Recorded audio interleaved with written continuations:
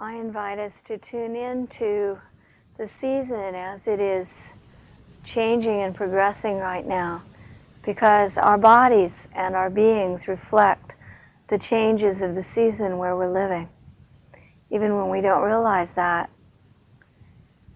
I was in the woods today for a couple of hours, and what I saw was that fall was rapidly fading, that the only leaves left on the trees deep in the woods are the beech trees, and they keep them most of the winter. There were a few weeds with a bit of color left. Most of the trees were the beautiful bare branches against the sky. It looked so soft from a distance, and that let you see the sky as you look through. Let us look into ourselves. Let us notice the places where we've been dropping old defenses, old habits, old thoughts, old ways of doing things, where we've been letting those go, that we might see the sky, the infinity within us more clearly.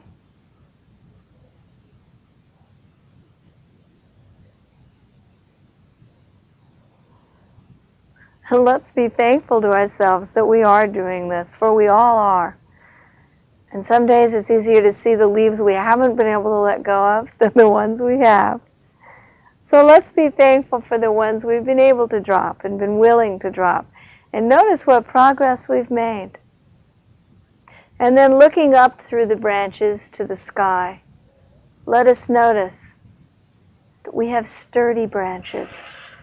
Branches that allow us to feel, to be alive, to receive nurturing from the earth and from the light. And let us notice that our sap, our inner essence, runs deep within. And as a part of us moves to the quiet space within us, this evening and as we move toward winter, we have faith and knowing that it goes there to replenish and nurture our being in every way.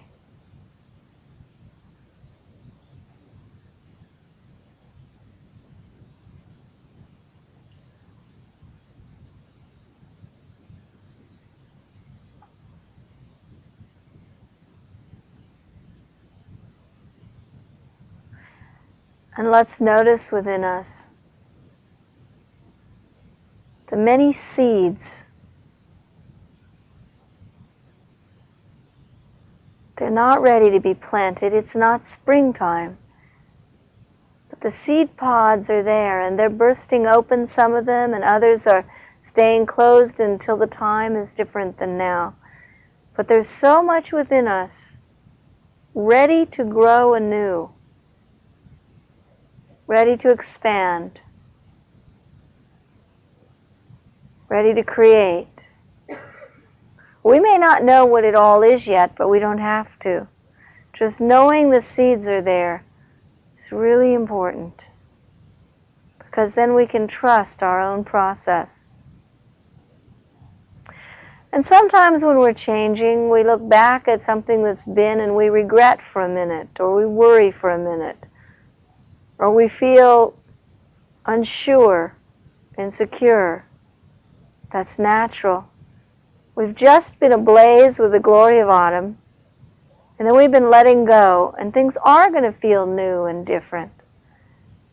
But the very fact that we're sometimes more insecure than usual, the very fact that we sometimes regret, feel concerned, feel sad, feel angry, shows that a change is taking place, that it's not all the same, and that we are making progress, that we are moving into the next season of our beings.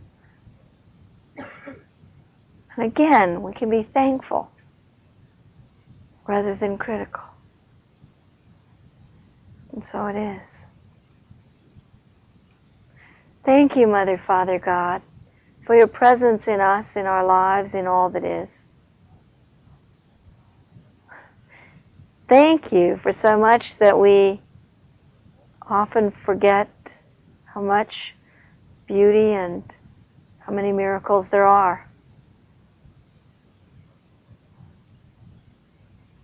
We open our hearts and our minds to all that comes through the light of the Christ,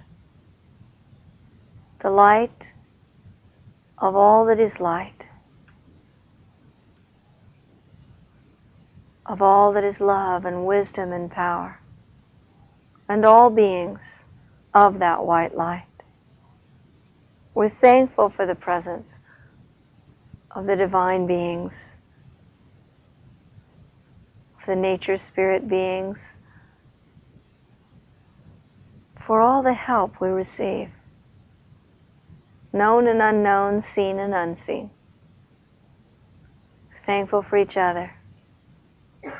And we open to that which we're about to receive in excitement and in gratefulness.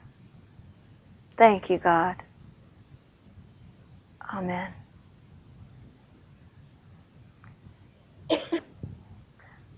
What I'd like to do now is turn this microphone over to John Busenberg, who will summarize a wee bit of what happened last time and ask some questions that it has brought up. And then we will listen to the Ancient Ones and their answers. Okay, I want to summarize, just for people who may not have been here last week, who are we talking about, these Ancient Ones from Chaco Canyon, and then a few questions that occurred to me after listening to last week and may have occurred to some of you. First of all, the Ancient Ones, the Anasazi that we're talking about, are people who lived in Chaco Canyon, northwestern New Mexico. The peak of their civilization was in the 1000s, from about 1050 to 1100. They were a civilization of people that came almost out of nowhere and developed a very sophisticated organization and a number of other things which archaeologists are studying today. The archaeologists have very, very few answers as to where these people came from, how their sophistication ramped up so fast, how they were able to build the tremendous buildings that they built, and the road system, quote unquote, because we found out last week it was not a road system, but that's what archaeologists surmise that it is, and how they were able to build these great kivas, and what does it all mean? How were these people able to use energy was the main focus of what we talked about last week.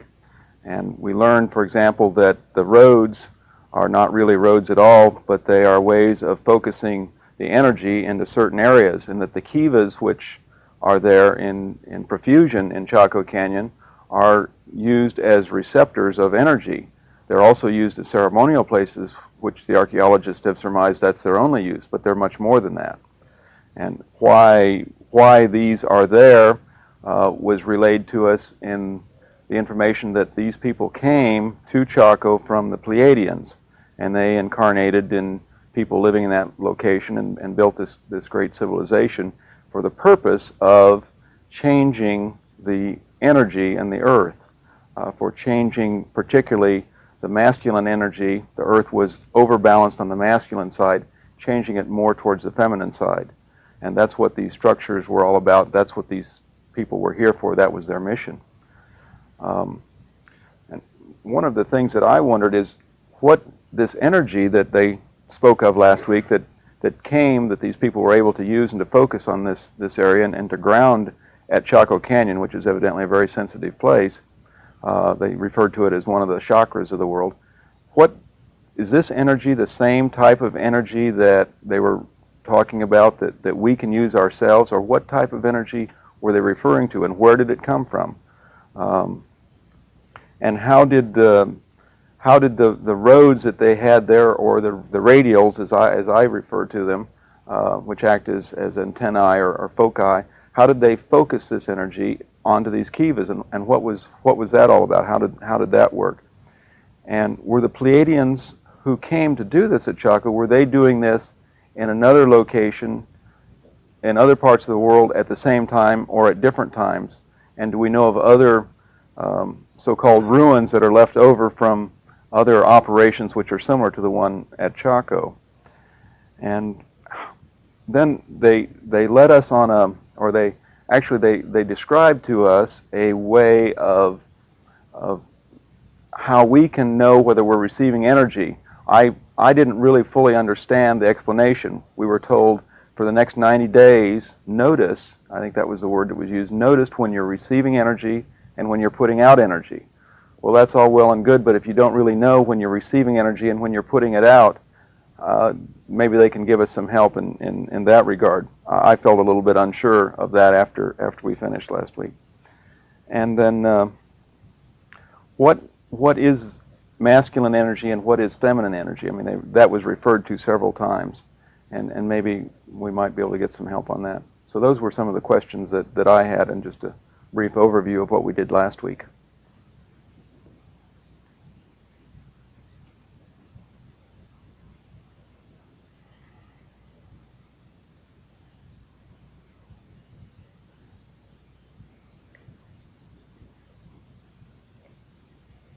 The first thing I'm seeing as I tune into the Ancient Ones is a Kiva, which for those of you who weren't here last week or need a quick review of that, is a deep pit in the ground with masonry all around to hold it up. A few are raised above the ground, a lot are level with the ground, and then going underground with a sort of built-in bench of masonry around the edge.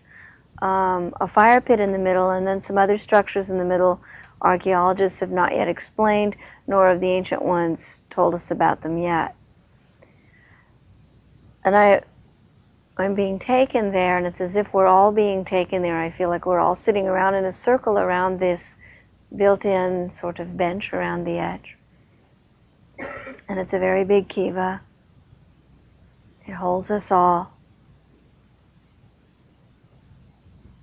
And they have taken us there to explain feminine energy and to explain more about energy, through which they will then be answering the questions John has asked and some other questions they feel you are wondering about.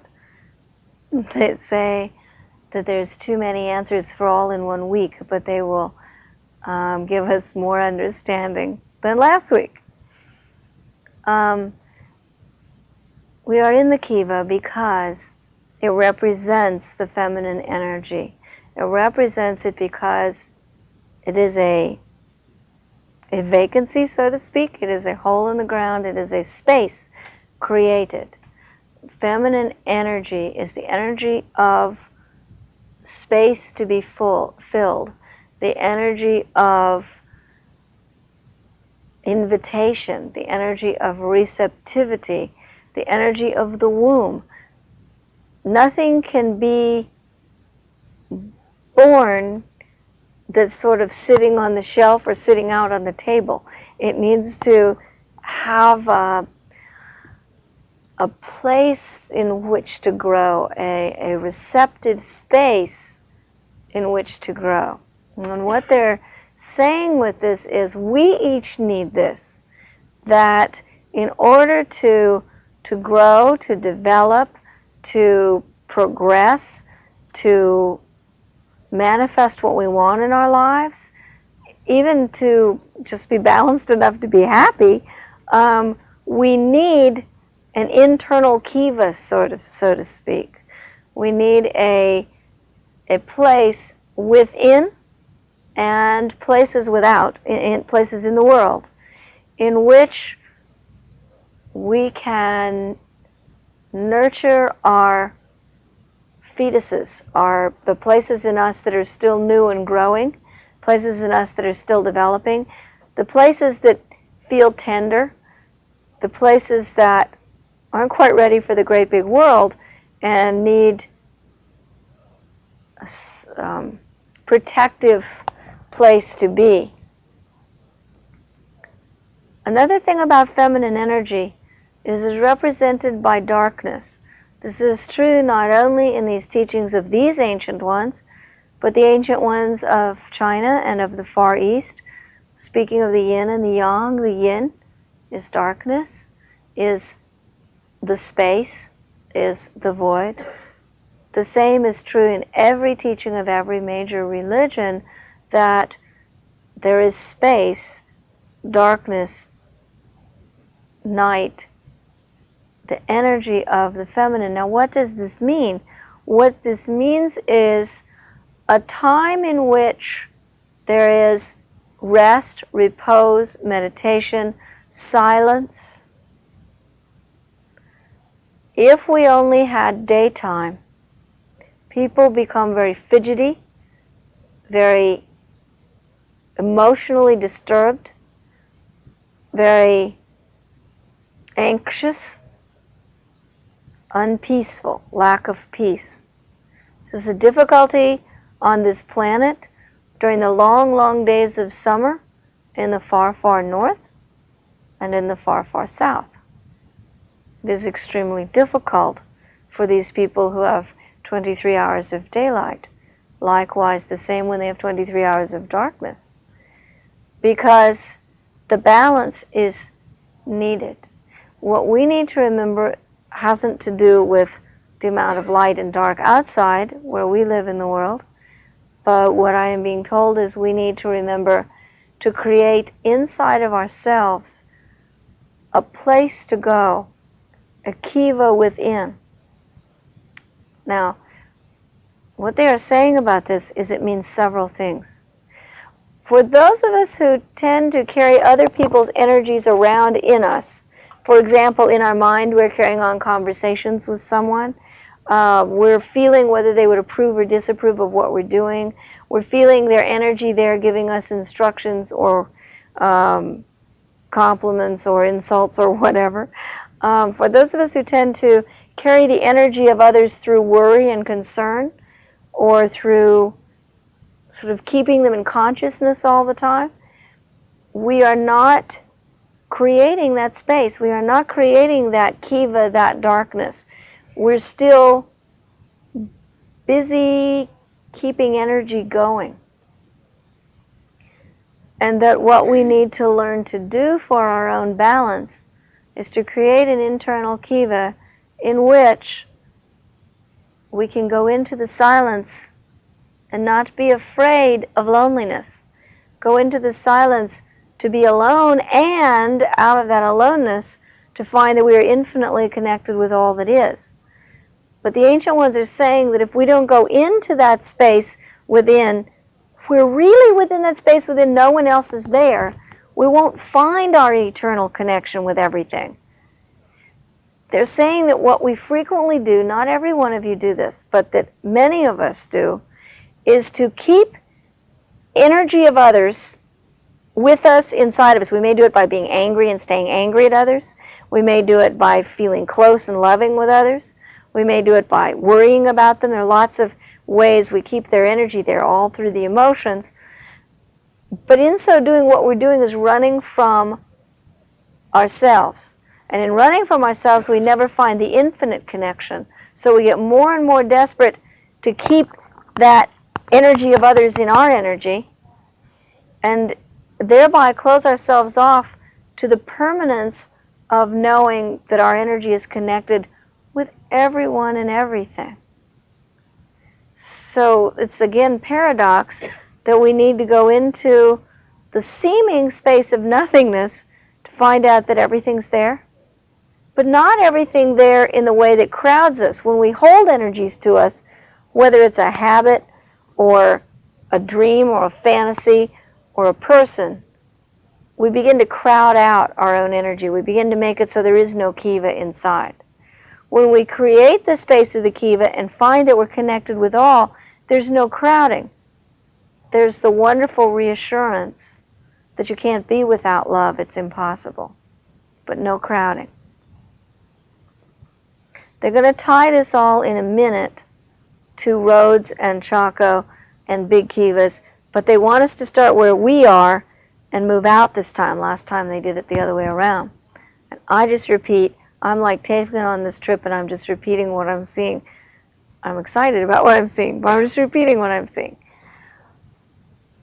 Now we're all still in a Kiva of energy, and they want to teach us some more things about what that feminine Kiva of energy means. Well, why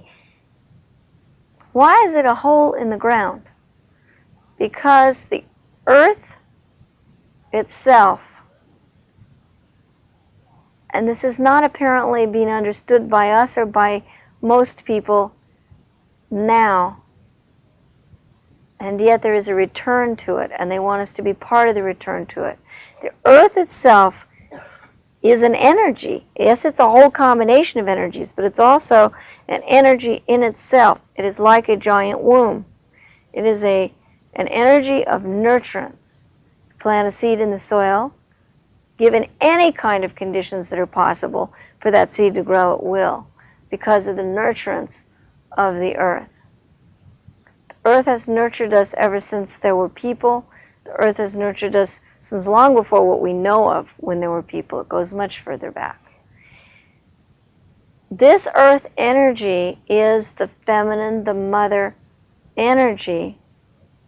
The sun and the sky represent the father energy. Now both of these are only part of the mother energy and part of the father energy. All that is God in every way has both, and there's much more that is giving off masculine energy and much more that's giving off feminine energy. A slight aside, for example, if you go into the woods and you stand very close to or hug various trees, you will feel some having a very nurturing, feminine energy. You'll find some with a very masculine energy. And you'll find some that feel almost like they've become neutral. They have enough of both that neither is predominant. And this is true of many things growing and many things walking the earth. Within each and every one and everything, there are both energies, but some will be predominantly more of one than the other. Now back to the Kiva and the feminine energy. When you put yourself in the space of allowing yourself to empty out and be, rather than hold to you or do, those are two different other alternative kinds of energy, you allow yourself to receive the energy of both the planet Earth and of the Father God energy, the light, the sun, the sky. The Father energy, or the masculine energy, you receive, but you also allow yourself to receive the very nurturance of the feminine energy. It is like becoming a seed and being planted in the ground, which are actually absorbing an energy. We need that energy. What the ancient ones are saying to us is, if we don't have that energy, if we're not letting that energy in, we will continue to create diseases. We will continue to create weaknesses in our physical structures, in our emotional structures, in all of our subtle bodies. It's like we create holes in us because we're missing something that's so necessary for our balance. Now, they wish to take us outside of the Kiva to some of the other structures of the time that we're discussing in Chaco Canyon as an example, as an understanding of what this means for the whole planet Earth, and then they want to bring it back to some practice with us as people now. There were these immensely wide, apparently, as we would see them now, roads which led to centers, not necessarily where there were any buildings. What is happening here is that energy is being funneled. It is not correct to say one kind of energy or another. The ancient ones are saying energy is energy. It's like light is light. You can have it be yellow or white or pink or orange or whatever, but it's still light. Energy is energy whether it is growing a seed, producing a baby, or coming through the light bulb on the lamp on your living room table. However, there are potent concentrations and uses of energy, and there are weaker versions, just as there are vivid colors and washed out colors. And as with color, you could add more of a colored light and make it more vivid. You could run it through a prism and make it into more different colors. You could do different things with it to change it, but it's still light. These major roads running in to different places at the Earth Chakra that is now called Chaco Canyon, and that whole area, it is not just exactly the canyon, this whole area is a chakra. What is happening is it is a funnel for energy to gather, to potentize, to make more potent the energy needed. Because the energy needed is a nurturing, receptive energy, the formations come either toward Kivas, great holes in the ground created as energy receptors, or come together in a massive circle. Again, a circle is a receptor or a funnel of energy. So they are created not because they are energy in themselves, but because the very formation funnels in energy. Where is this energy coming from? Everywhere. This energy is ever present. As the ancients told us last week, there's no lack of energy. There is unlimited energy. What it becomes and what it does is governed a lot on Earth by the thoughts and choices of people on Earth. That's what Earth's about. It's a place which free choice is allowed, and thoughts create, and as part of God, people create, as a mass and as individuals. But through the creation of energy structures that funnel energy, then energy of light coming toward Earth can be funneled into places where it would be most effective. Yes, this continues to work today. The funnel is every bit as potent today as the funnel was when it was created. And some of these were created long before the dates the archaeologists can do for the ruins and the buildings. There's been more than one visitation to the site now called Chaco Canyon. This was the civilization created there that we are discussing, but the ancient ones say there have been a number of visitations to many spots on Earth, much farther back than history can record or anything can be found, that has created energy funnels. But as humanity has grown and as free choice has become more and more to the masculine energy of do, go, make, create, that kind of power, then it's been necessary to have more visitations to create more energy receptors and energy funnels for the energy that says lie still, nurture, be, hold, receive.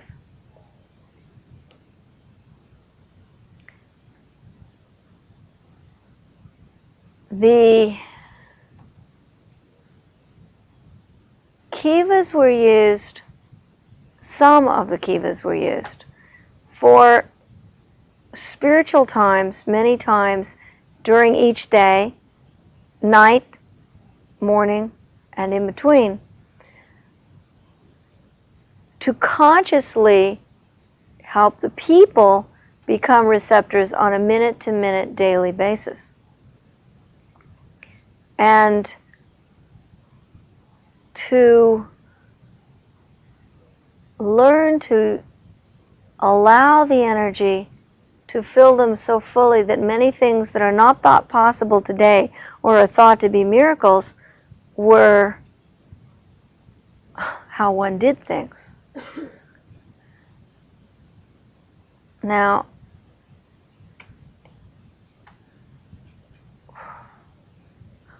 what the Ancient Ones are showing me is that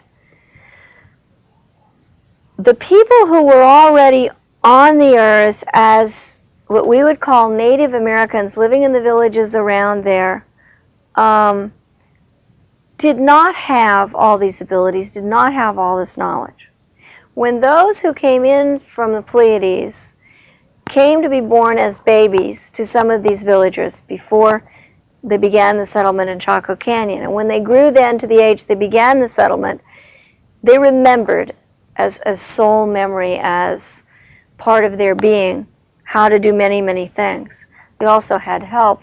They had guides and visitations of big, immense beings of light, or whatever you wish to call them, coming to help them in this journey, in what they were doing. Then, as they progressed, others began to come and to hear of what was happening and came to learn, to be taught. And then it became a center of teaching, of what to do with energy and what energy was and is. What they want us to understand tonight and to grow with and to practice in our lives from this relates to another one of the questions John posed, or perhaps a couple of them, about how do we know when we're receiving energy and how do we know when we're giving it out. They have asked us, they even use the word, we're pleading with you.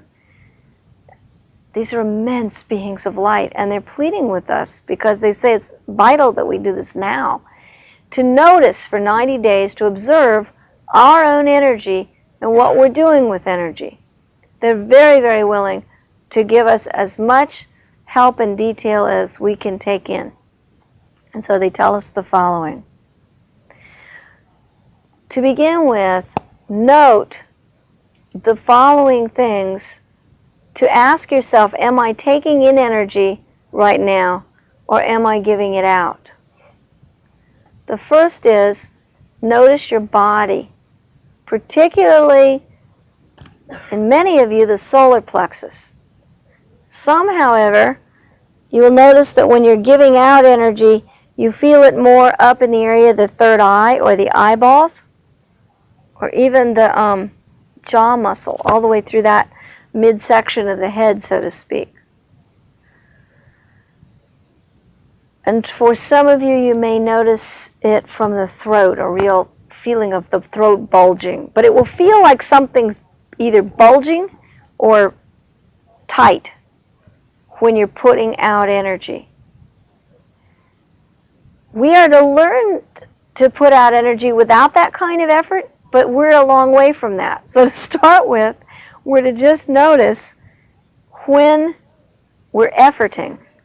Now, last time they said putting out energy or taking in energy.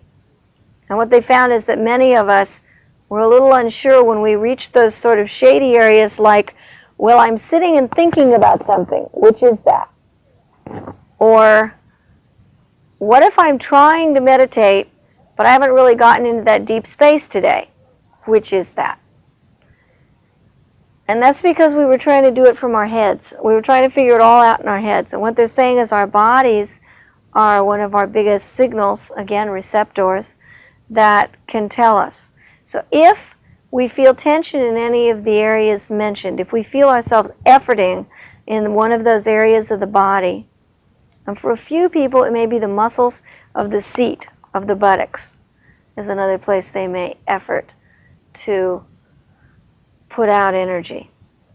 Then we are putting out energy even if we're sitting still and, according to our way of thinking, doing nothing.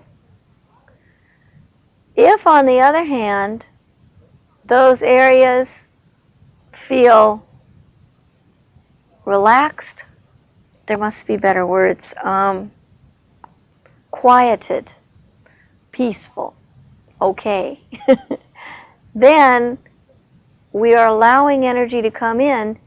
Even if we're doing exactly the same process, let's say thinking, we're allowing thoughts and energy to enter, not just going in a circle with what we already have in there. with what we already know. So that's one thing to check, is to check our bodies and to really be receiving. We're in the center of our energy, not out on the edge of our eyeballs or the edge of our forehead or the edge of the muscles of our solar plexus. We're in the very center, like the central core, back by the spinal column. So one way is check with our bodies. The second way that they're showing me is to ask ourselves,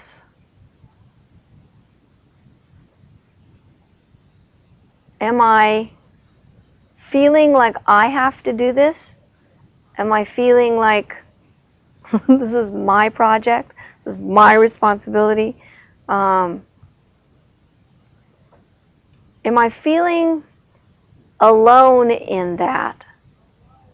Or am I feeling like the great big I am presence of me and the personality me are doing whatever it is I'm doing, or thinking whatever it is I'm thinking? And what the ancient ones are saying is that we can be in a spirit of meditation and have forgotten the very reason we're meditating. I never quite thought of it that way before, but what they're saying is we can be efforting in the middle of meditating by thinking that it's all up to us to get to this deep place, or we can be in the bigger presence saying, here I am, I relax into it. Whatever happens, that's great. One is receptive. The other is still putting out energy, even though what we're trying to do and are doing to the best of our ability at that second is a receptive act. We're still putting out energy instead of letting it in. Another thing the ancient ones are saying, I just sort of threw it out very quickly, was be aware of not trying to understand all of this from our minds, to go home and experience it, to experience it right now, to notice, am I feeling the big presence as I sit down to meditate, and knowing that it's not whether I meditate a certain way, that there is no certain way. It's knowing there's a presence there, and then hanging out with the presence, being in the state of the presence, rather than trying to do something with it. And the third thing to use as a checkpoint for ourselves to see, am I taking in energy or am I putting out energy? Actually, they're giving more than, I thought they were only giving 3, but with more. The third one they're giving is to notice our breathing. And if we're just sort of maintaining enough air to stay alive, but we're not letting energy in on the breath, then we're not fully receiving. Then what we're doing is cutting off our receptivity. And what they're saying is that our breath is a lot more than just the air for the body. That the air we take in, in the Eastern teachings, and we've talked about this many times when we've been receiving other messages, it's prana, it's life force. They're saying that's still not a big enough word. It's the magic of life, it's the mystery of life, it's the food that as we really learn to receive, we're not going to need a lot of the things we think we need so much of. We would need far less food. Once we got adjusted to it, we'd need less sleep, but warning, we may need more sleep in the process of adjusting. Our bodies would be, how shall I say, lighter. I don't know whether that means just pounds, but I know it definitely means not so solid, not so heavy in terms of mass, not so thick. Light, more filled with light, and therefore able to do lots of things we can't do as they're more solid. For example, when the ancient ones wanted to move something big, huge trees from 40 miles away to help build the structures to use as the cross beams, or big rocks from the quarry over. We were told last time that they gathered energy within, and then as a group they transported the things. We weren't told how. What I'm being told now is they saw the light in the trees or the stones, and using the energy they had gathered, affirmed or joined their energy with the light that is in every living thing, to the point it became light, and in so doing or being could go anywhere. That's how teleportation of bodies takes place too, I am being told, where you could think yourself to be in South America and never mind the airplane ticket, you were there. But to do that, we need a lot of steps in the middle right now, because we've forgotten how to really let the light in as fully, and we're all learning more and more and more so. And we're learning many, many methods to do this, and the most basic one is to allow ourselves to receive the light. So the third thing they gave to check ourselves with is our breathing. We don't have to run this whole checklist every time. They're trying to give us as many as possible. If one in particular really strikes you as, yes, take that one and just work with that. It's not that you need them all. But different people relate better to different things. One person relates to his or her breathing, and to another it's easier to find the solar plexus, and to another it's easier to ask, do I feel alone, or do I feel the greater presence with me? Fourth is to be in the presence of Mother Earth really regularly, preferably consciously in the presence of Mother Earth every day for at least a few minutes. Because the picture they showed me is supposed to represent us, and it was almost a skeleton. It was a person that looked like they were really starving to death.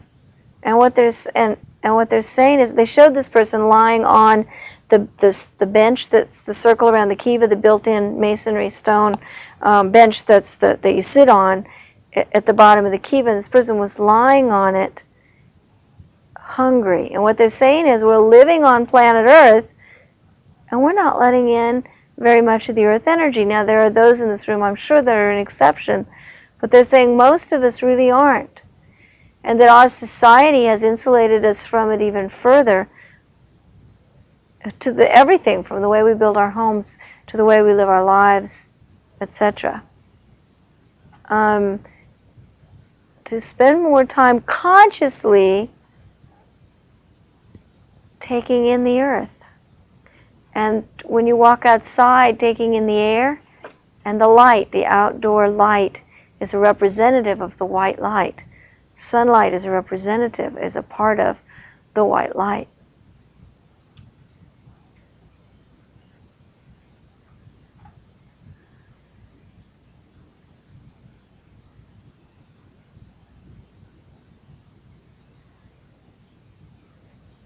There are many other ways. They invite us to find our own ways also for noticing. By noticing things like, am I tired even when I've had what seems like the food and sleep I need? Do I still feel tired in some way? If you do, whether it's emotionally tired or physically tired, you need to receive more. Allow yourself to do that, be it through a hike in the woods, or meditation, or being held by someone physically or etherically to feel the presence of a guide or a divine being holding you is to have that happen. Now, please turn this tape to the other side. Thank you. Through their structures, through their way of living life, and then through ours, led by them, to experience receiving energy. Because one of the reasons we're confused when they say notice what you're doing is that we've done so little receiving that we really aren't quite sure what that means. And they also are saying before they start this journey that they do not mean to imply in any way that all this emphasis on receiving means that putting out energy or giving energy or putting energy forth is a negative or not a good thing. It's just that there needs to be a balance, that if the apple tree gave apples all year round, it would only live a year, and then it would have to quit. But it doesn't. It has a season for blossoms and a season for apples, a season for dropping its leaves, and a season of rest. That in any example of nature, in the story of creation, in every religion, there is a rest, there is a receiving. In the stories before the birth of the one we call Jesus, whom the ancient ones say they also know,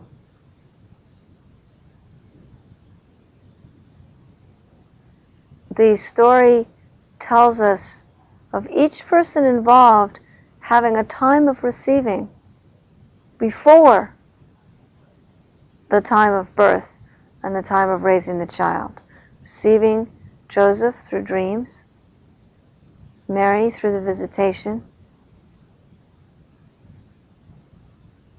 and so forth. So they now take us on a journey. We begin by going through their civilization.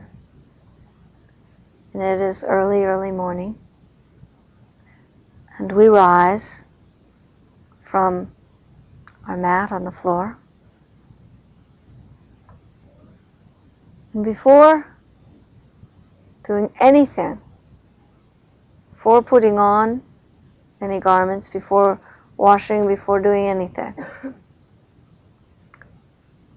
we face the sun as they showed us last week, exactly where it would be rising that morning, though it is not yet risen.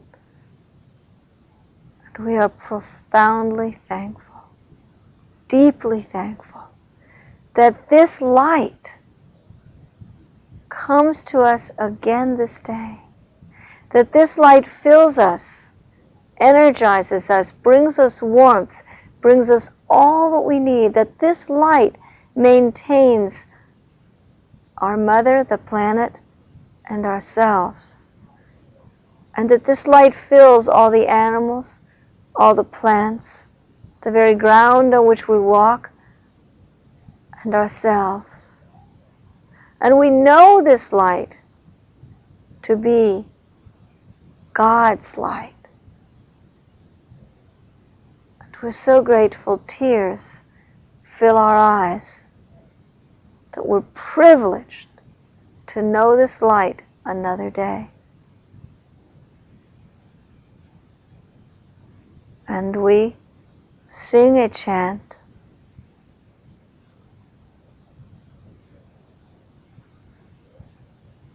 It is in 3 tones, low tones, tones that establish the receiving of energy. These tones are like this. Om.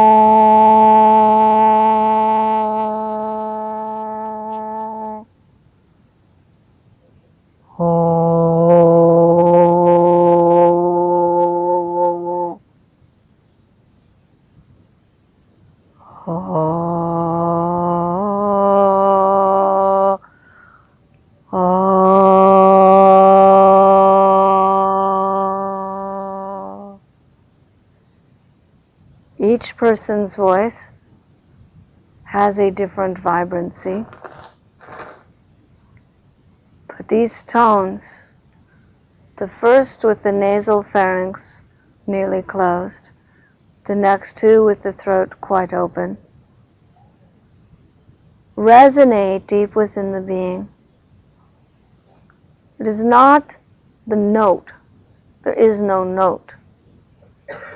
It is that you find the low tone within you, if you wish to do this, that vibrates in such a way that you feel an opening, like an open trough in the earth in which you would plant seeds that would then grow the food you would eat.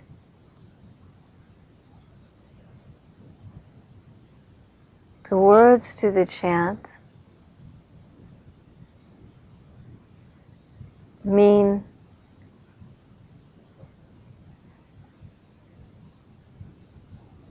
we are thankful.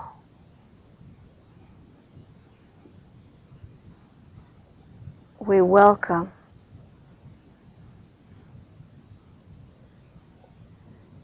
With our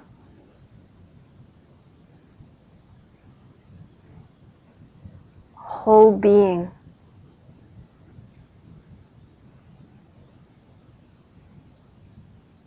the God, the sun, the sun's light. We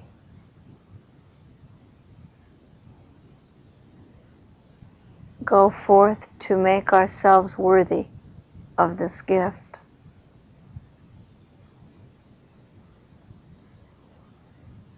They want to know if we understand how that very act, before even going to void the urine from the night, is to receive first, to be in a state of such thankfulness that every cell is alive with receptivity. They encourage us to do our version of this. It is not the tone or the words or the exact thought that we must duplicate. We're free to do whatever we wish that works for us. But to begin before anything of the day in thankfulness and allowing in the energy of pure light. Then they take us to a ritual.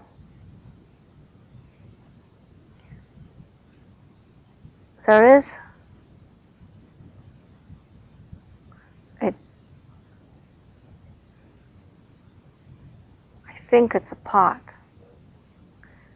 filled with water. It's very cold from the night. And the person is going to the pot with the water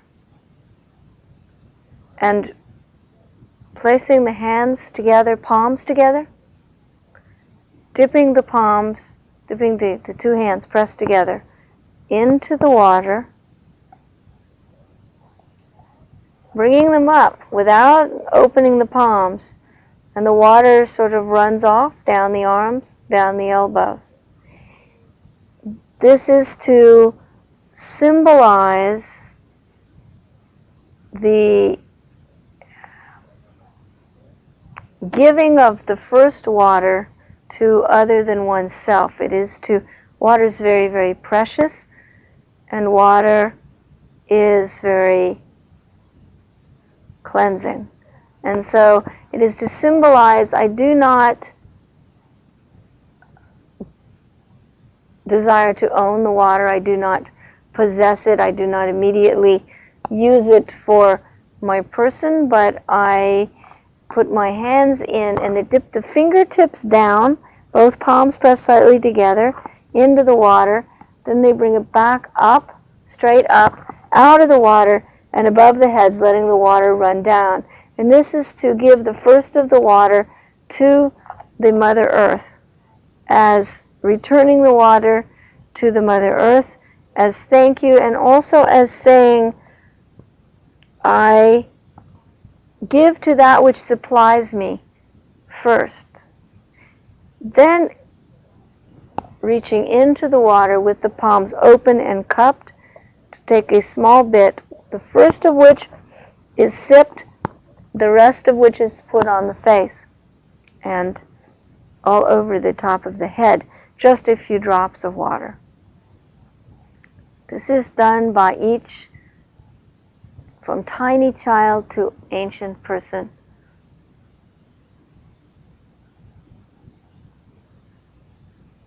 This returning the gifts to the earth makes a circle already to receive and to give, to receive from the sun and give to the earth. This is what we forget, that we forget that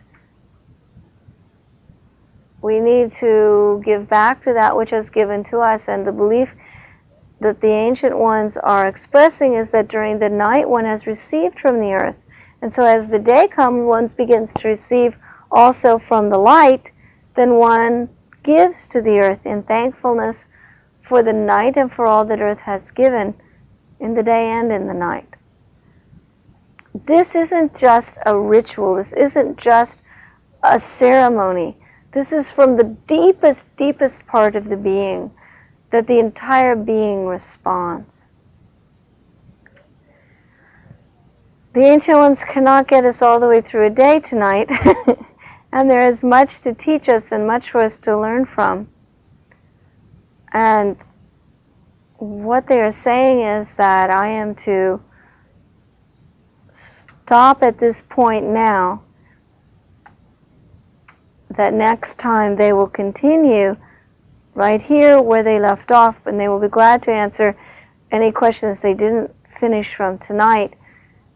There's so much depth of material to give us that there will be many times of doing this.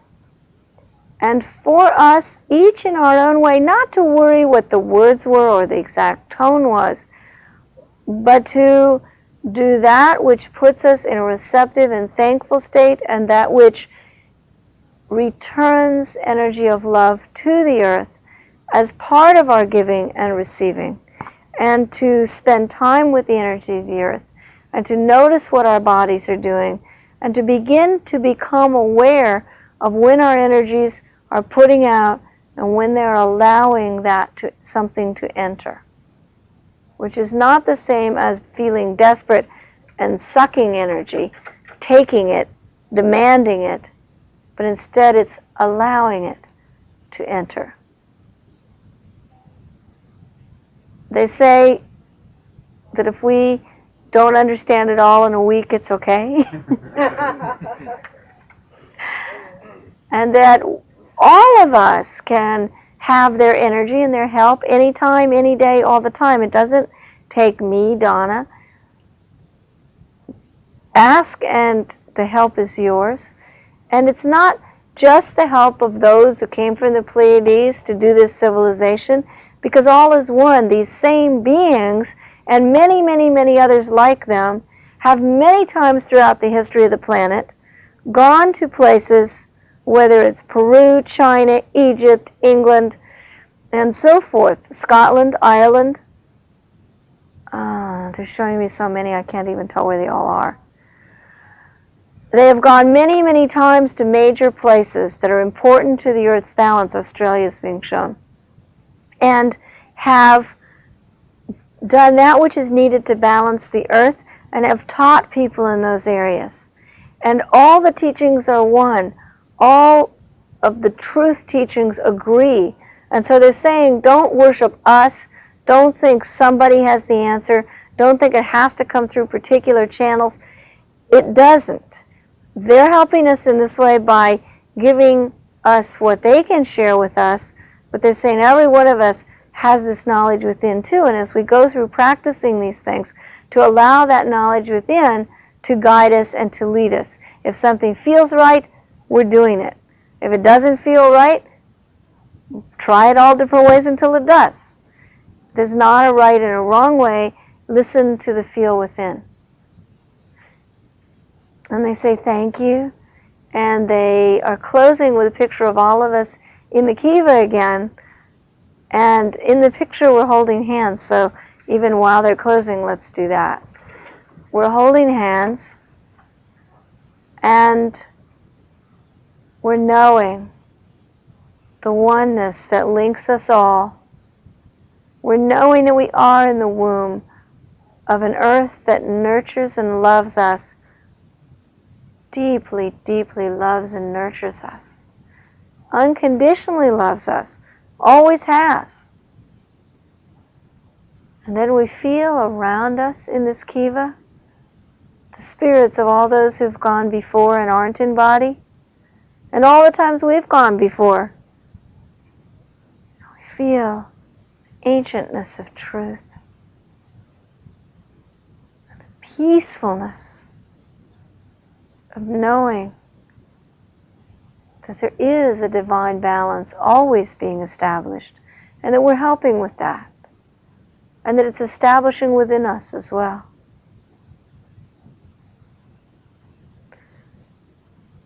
And as we stare into the fire in the center of the Kiva that's there to keep us warm, we realize it burns eternally in us and in the Kiva and in all the centers of light all over this wonderful planet.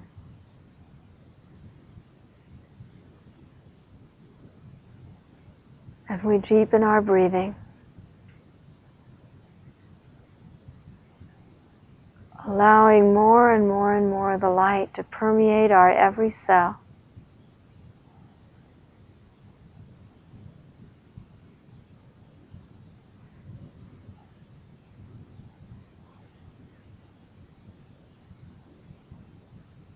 Now as we breathe out, we literally breathe light outward to our planet Earth, to all of nature that dwells on or in this planet.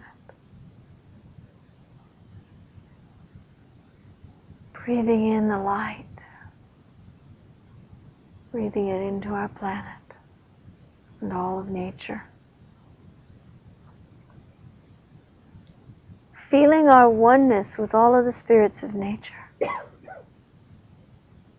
that work with us in love.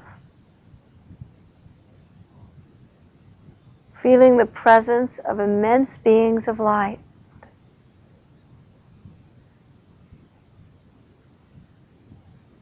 Thankfulness for all of this. Together out loud, I suggest we say thank you 3 times, and we're including all that is God as we do this. Thank you. Thank you. Thank you.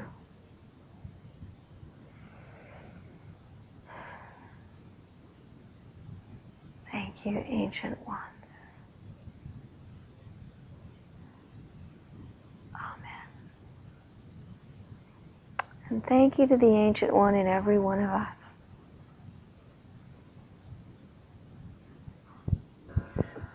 And when you are ready, you can open your eyes and be present in the room in which you're sitting. Thank you for listening to this tape and sharing in it with us. It is copyrighted and has been produced by Living Guidance. If you're interested in copies or a brochure of our other tapes, please write us at Living Guidance, 508 Colony Woods Drive, Chapel Hill, North Carolina, 27514.